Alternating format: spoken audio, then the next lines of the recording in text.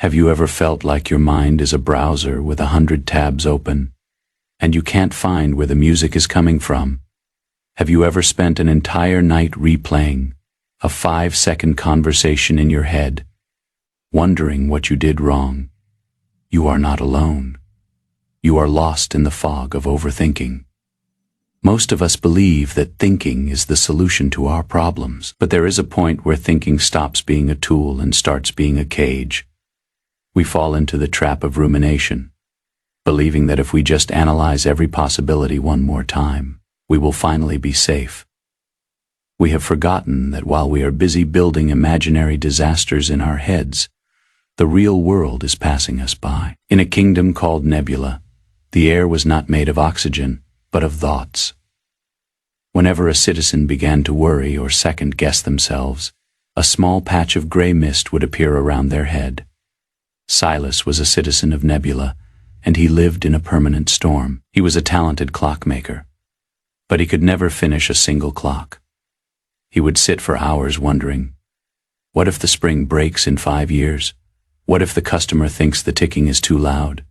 What if a better clockmaker moves into the shop next door? The more Silas conjectured, the thicker his mist became. Eventually, the fog was so dense that Silas couldn't even see the tools on his workbench. He felt paralyzed. He felt a deep buzzing anxiety because he was living 1,000 lives in his head, but 0 lives in reality.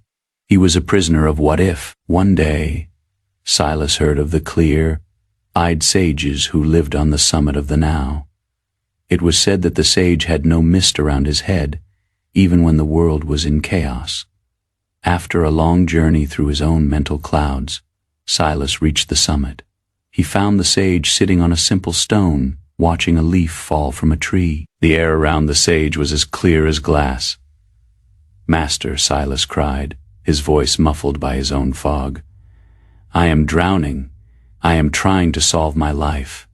But the more I think, the more I lose my way. Give me the logic to clear this mist.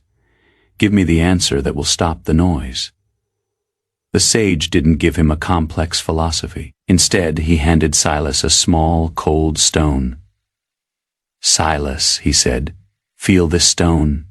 Is it hard? Is it cold? Is it real?" Silas touched the stone. "Yes, it is tangible." "The mist," the sage whispered, "is made of ghosts. You are suffering because you believe your imagination is reality," Seneca once said. We suffer more often in imagination than in reality. You are fighting wars that haven't started. You are mourning losses that haven't happened. This is not logic. This is madness. The sage taught him the Stoic filter. He told Silas that every thought must pass through 3 gates. The first gate, is this happening right now? If the answer is no, the thought is a ghost. The second gate, do I have the power to change this in this exact moment?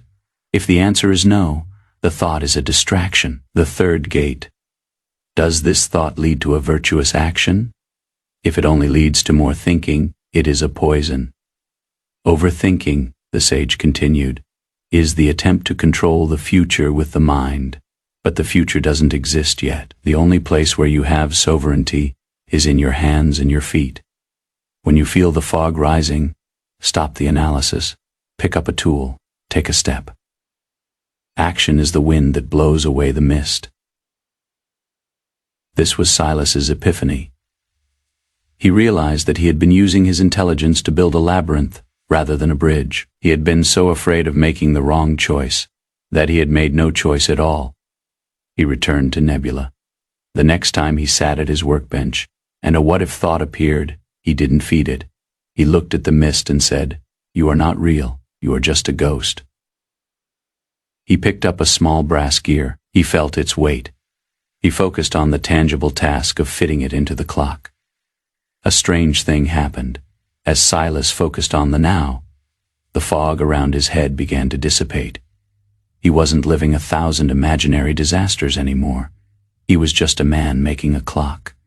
He felt a sense of control that he hadn't felt in years. He realized that tranquility is found not by having all the answers, but by stopping the questions that don't matter. This is the message for you today.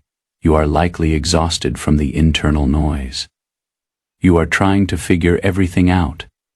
You are trying to predict the mood of your boss, the outcome of your relationship, and the safety of your future. Stoicism invites you to put down the map of ghosts.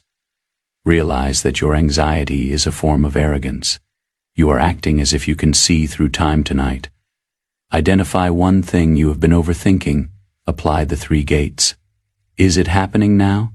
Can you fix it now? Does it lead to action? If not, let it go. Return to your presence. Wash a dish. Write a sentence. Go for a walk. Action is the enemy of the fog. The world is much simpler than your mind is telling you. Stop thinking about the journey and just take the next step. Your peace is waiting for you, not in the clouds of the future, but in the palm of your hand.